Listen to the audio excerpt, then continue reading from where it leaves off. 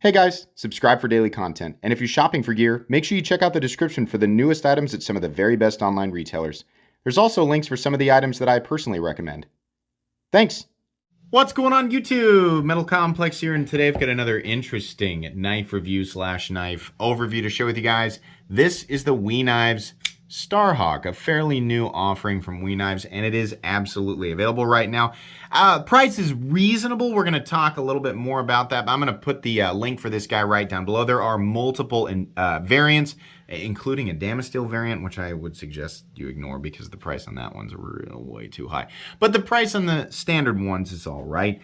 Check out those links. It does help my channel when you use those links, but that is entirely up to you. Thanks so much to WE Knives for sending this in for me to take a look at. Thanks to my patrons for supporting me, and please make sure to follow me on Instagram at metal_complex. Let's go ahead and get a measurement of the Starhawk. Not a big knife. Shorter for sure. Overall length is coming in at about 6.75 inches. Blade length is coming in well under that 3-inch mark, so that's good news for people who live in a 3-inch area. And by that I mean there's laws that try to prevent you from carrying knives over that line. 2.75 inches of blade, and then your cutting edge is coming in at also roughly 2.75 inches. Depends on where you measure the blade, but that's roughly correct. How about some size comparisons? Just a few here. Up against the Ontario Rat Model 1 and the Ontario Rat Model 2. This guy's even shorter than the Rat 2. How about up against the Demco AD 20.5? How about up against the Spyderco Para 3? There we go. And last but not least, let's put it up against the Benchmade Bug Out. All right. How is the action on this guy? This is WE, so it's made in China, but WE makes some of the more premium Chinese knives. The action's all right. I mean, as far as like how the pivot feels is par for the course. The flipper tab is okay. It's kind of low profile, so it's a little bit weird finding the angle to do a push button. Finding a light switch is just, you just have a little bit of a nub there, but yeah, it's okay. I don't have an issue with it. There is no double clutch. That little flipper tab will catch your thumb well past the point where the detent ball is up on the face of the blade. And there's some good access to the lock bar. It shouldn't be difficult for most people to figure out.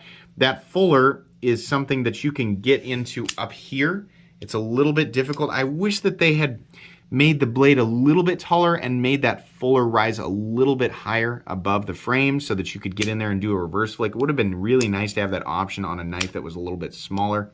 We don't, but you know, it's okay. It's not a big deal. Length and height, carry profile. Thickness up against the Spyderco Para 3, it's about the same, honestly. Length and height up against the PM2 and Para 3. I don't know if we have enough room to get them all on screen today. I'm kind of zoomed up. It is definitely shorter than both this way. And in terms of height, it also is definitely shorter than this humped area in the PM2 and Para 3, so that's nice. Let's take a look at the inside. Where is my flashlight? There it is. The inside of the, I keep wanting to call it the Star Child or the Star Boy, but it's the Starhawk. Jeez. Curiously, there's no milling on the inside, which is fine. It doesn't necessarily need it. Weight. The Starhawk titanium and CPM 20 CV, which we should, surely they printed it. Oh, they did. It's just really tiny.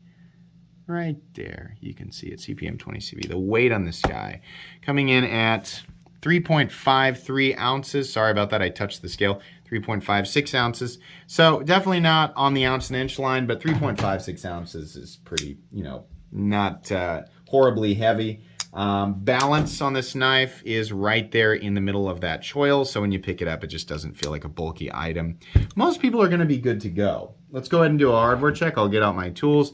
As per usual, my tools are very inexpensive and very recommendable. You can find them right down in the section of my description that talks about the tools I use on this channel. This is a WE knife, which means most likely all of the hardware is done very well. We have T8 for the pivot, T8 for the lock bar insert, T8 for the pocket clip screws, and T8 for the body screws, which is nice, and there are not too many of them. This is a very simple frame lock design. WE screws tend to be really good, really easy to turn. So hats off to WE for continuing to do something great. Really, really nice there. Let's go ahead and get a measurement of blade stock thickness. Sorry, my calipers were buried under that second knife case today. Blade stock thickness on the Starhawk is going to come in. My guess is maybe 115 to 120. Is it a little bit more? 122 thousandths, not super thick. Definitely about what I expected for this knife. Let's move into the meat and potatoes here. So this is kind of more of the same from Wii. It looks like another one of their recent models, but they just shortened it up and chopped the nose off of it, which, you know, sometimes works. Absolutely. I feel like I've seen this exact aesthetic for the handle on another very recent model. Flat in here, there's a couple of lines milled in here, and then there's a little bit of texturing, and this is nice, you know. I'm glad that they did this versus just leaving it flat titanium. There's just been this weird trend lately where people just blindly accept a flat piece of titanium with no detail on it, right? Manufacturers and designers can call it minimalist, right? It sells, and that's fine if that's, you know, what you want, but I kind of feel like I'm, you know, once we get up into these more premium knives, there's a part of me that feels like I'm kind of getting taken for a ride because there's not a lot of work in it. So when I see stuff like this, I'm like, thank you for doing something, for adding a little bit of character. It's not adding anything in the way of utility, but it looks nice, right? Ergonomics are okay. You're definitely locked in there, and they're fairly comfortable thanks to, that's right, a milled clip. It's a simple clip, but it is a milled titanium clip from Wii. It's a safe one that kind of goes with pretty much any design, just the popsicle stick, but it's comfortable and it's flat and it doesn't have that big goose face bill at the end of it. So yeah, the area that you have to hang onto the knife is nice. I can only get 3 fingers on it. I mean, I can force 3.5, but it's not a full 4-finger knife. The 3-finger position that you can get on it is comfortable. Because the blade is so short, you can definitely hold it like this, get your index finger up on the nose of the blade, and do some effective draw cuts. So I appreciate that. Nothing hand melting here, but they're good enough. I can't really complain. Moving on. I always appreciate how Wii puts their logo here and keeps everything else off the blade. The blade is kind of interesting. We have a flat here that runs like 99%. Actually, that's tapering. That's not flat. The thick part of it is actually ending back here. It's just really, you know, it's very subtle, the transition from the flat to the swedge. So it actually, the flat is only about 55% the length of the blade. There's a nice fuller here, and that fuller extends out and just sort of dissipates right at the end. That swedge sort of, you know, transitions into where this is dropping towards the nose. So I don't know if we want to call this like a modified reverse Tanto sheep's foot. I'm joking, of course, because I don't really care about the classification of the blade. This is the shape that it is. And honestly, it's effective. I like these where the tip points down. It lets me do the draw cut pretty easily, and especially since it's a shorter blade. And we still have some nice belly here, and it gets reasonably thin. It's also sharpened very well. I mean, this is going to be an effective day-to-day blade. Nothing crazy, nothing groundbreaking, nothing that we haven't seen before. It's just an oddball, a little bit more of an oddball than we generally see from Wii knives. We have what I believe is a glass blasted blade. It looks good. Honestly, I kind of like it. Some people look at it and they think it looks cheap. I think bead blasting looks cheap, but the glass blast that Wii does, if that's what this is, it's got a little bit more reflectivity. It looks a little bit more even and shows imperfections less readily than a traditional bead blast. So I kind of like it. It just looks like an overcast sky. No issue there. Very similar to, you know, when I've seen like vapor blasted blades. It kind of looks the same. And maybe I'm mistaken. Maybe this is vapor blasted. Whatever it is, it looks nice. I think CPM 20CV/M390 is well accentuated by the geometry of this blade, and I really don't have an issue with it. I like that the edges are nicely knocked down up here. A little bit of chamfering back here by the jimping, and the jimping is minimal but effective. Yes, minimal but effective. Tell me you didn't have any specific dialogue without telling me that you didn't have any specific dialogue. Man, that's not even the right word, is it? Dialogue? I don't know. People correct me all the time. That's fine. The back spacer is kind of interesting. How it looks like it sort of locks in to the frame around it. They've sort of cut notches out to have it meet up there, and then it rises. It's got a little bit of ramp right here, and then there's the edges are chamfered, and the way that it all meets together and creates the lanyard bar thing. Yeah, it looks kind of nice. That's a creative way to do that and add some character while managing to sneak in the completely and totally unnecessary lanyard apparatus. Man, I'm just not, yeah. When people are like, he's not going to let that lanyard thing go.